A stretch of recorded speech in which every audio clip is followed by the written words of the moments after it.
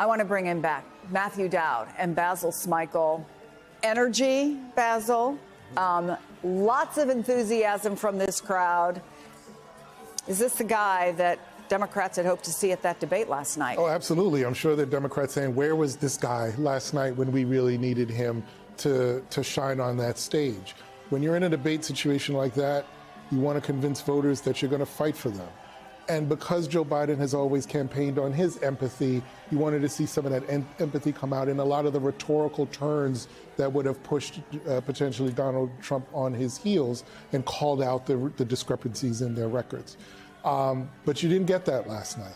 But I think what Joe Biden did today, and you know, listening to that speech, not only do I think a lot of Democrats needed to hear that, but I think Joe Biden needed to experience that, needed to be on that stage and experience the love that he got from the crowd, to be able to speak to the things that he wanted to speak to try to put some of the naysayers to rest, but also to, you know, for him, maybe that's what he needs. He needs that kind of public rejuvenation, which he did not get just with Donald Trump and two moderators on a debate stage.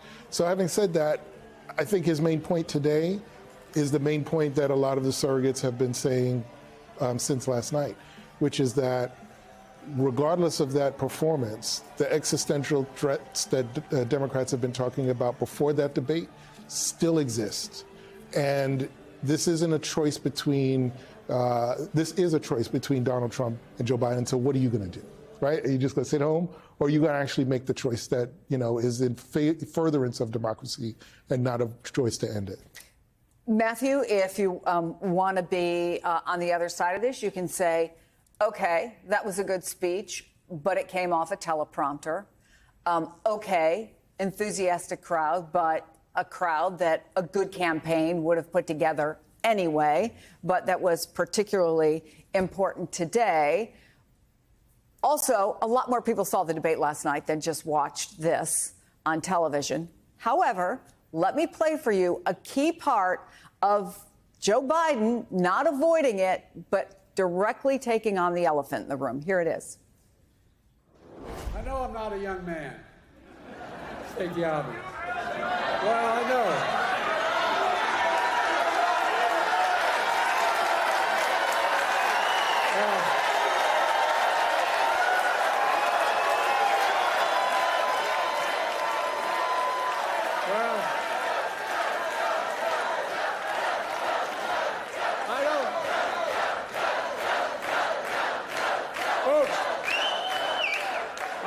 As easy as I used to. I don't speak as smoothly as I used to. I don't debate as well as I used to. But I know what I do know. I know how to tell the truth.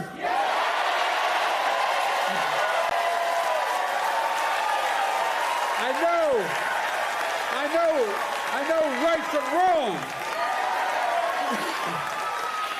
And I know how to do this job. I know how to get things done.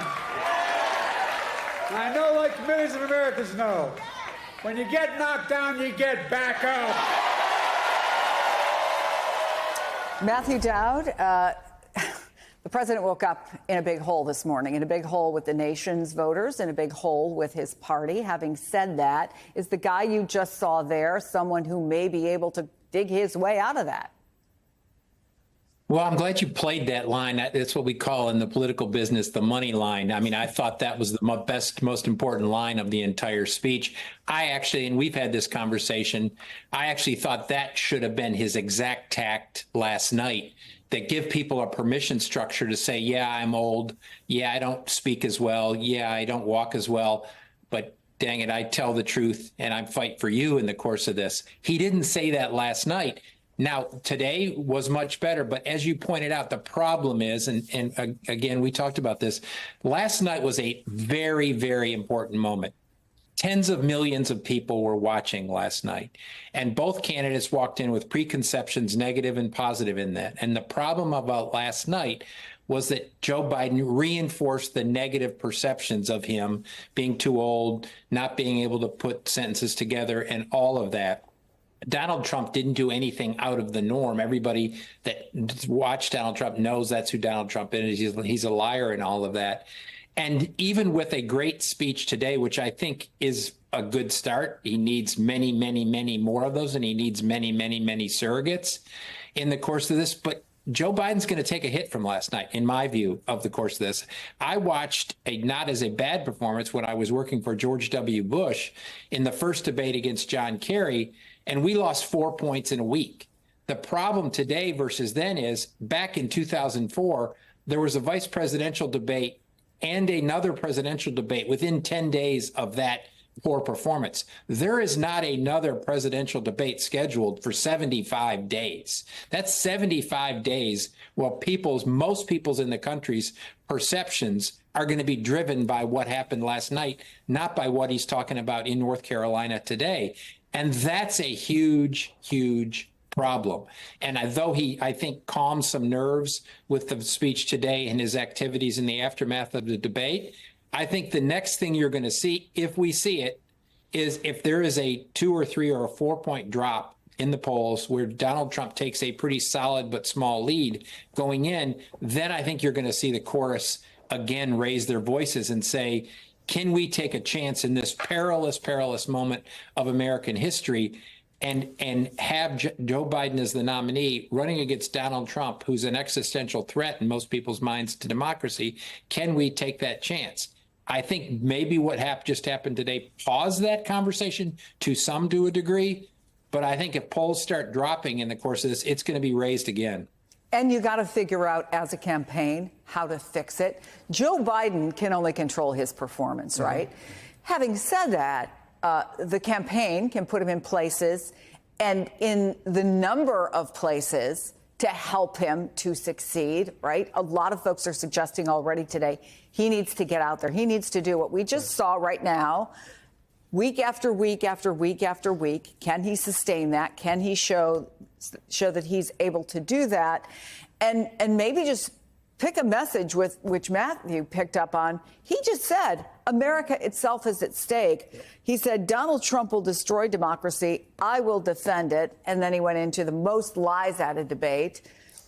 What does the campaign have to do? Because questions are being raised about decisions they made that got him onto that debate stage last night. Right. And I think to Matthew's point, it will take a hit. How much is another story, but there will be a hit. What I'd like to see, and you had Pete Buttigieg on earlier, that the Democratic Party is bigger than Joe Biden. It is Pete Buttigieg, it's Kamala Harris, it's Governor Wes Moore, it's Governor Gavin Newsom. Yeah, but people look at some of those folks and say they're the ones who could replace him on the ticket. That all well and good, but the reality is, for Democrats to go out and say it's not just about voting for Joe Biden, it's about voting for an entire agenda. It's an agenda that is about democracy. It is about holding fair elections, because this might be the last full fair election you may have for a while. I mean, so when you start talking in those terms and getting really good speakers, the strong, if people would say, Democratic bench that exists, when you get those folks out there and say it's not just about Joe Biden, it's about all of these people, compared to a man who says in Donald Trump that maybe migrants should fight it out for their citizenship, gladiator style. When you start making those kinds of comparisons and drawing those distinctions, then I think you help Americans make that choice. And I'll just say very quickly, remember, we're also talking about a very, 6 or 7% of the population who isn't sure what they want to do at this point. Did the debate help? No. But there's still time to, again, frame that choice for that voter. It is interesting, Matthew Dowd. I'm talking to some folks. It seems that at least in our little group of people that we talked to in a couple of battleground states, they don't think either guy did such a great job, right? It's not like they're saying, wow, Trump really cleaned his clock, right? What are you going to be looking for, both strategically from the Biden campaign and Joe Biden, but also in the polls to tell you the path forward if there is one? Well, I'm in Michigan right now, Chris, and I've talked to probably in the last 12 hours, 12 or 14 voters, many of which are undecided, some of which were Trump voters in the course of this. What their perception is they don't like either one of these candidates. They were hoping they were going to see Joe Biden with what they saw today. They were going to see that last night. They didn't. They thought it was a disaster in that regards, because their perception was they had questions about his ability and his cognitive ability and all of that, his speaking ability. in all of that. And they were not, that was reinforced. The negative, as I said, was reinforced in the course of this. What I'm looking for two things. One, can the Biden campaign replicate what he said today for the next 150 days? Can they do that for the next 150 days? That's one thing. Can they do it every single day and not go off on different tangents? And can Joe Biden show that energy for the next 150 days? Joe Biden and all the surrogates in the course of that. What I'm looking for in reaction to this in the polling is two things. One, as Basil said, the 6 or 7% that are swingable in the course of this, what happens to them over the course of the next week? That's one. But two, how does the motivation change? Because my worry, if I'm a Democrat in this and a Biden supporter in this, I'm worried that they looked at the debate and it demotivated some Democrats. That's a huge problem because I think Donald Trump motivated his base with that performance in what he did. Regardless of all the criticism we have and how much of a liar he is and all the things he does and says and how wrong they are, I think it motivated or kept his base motivated.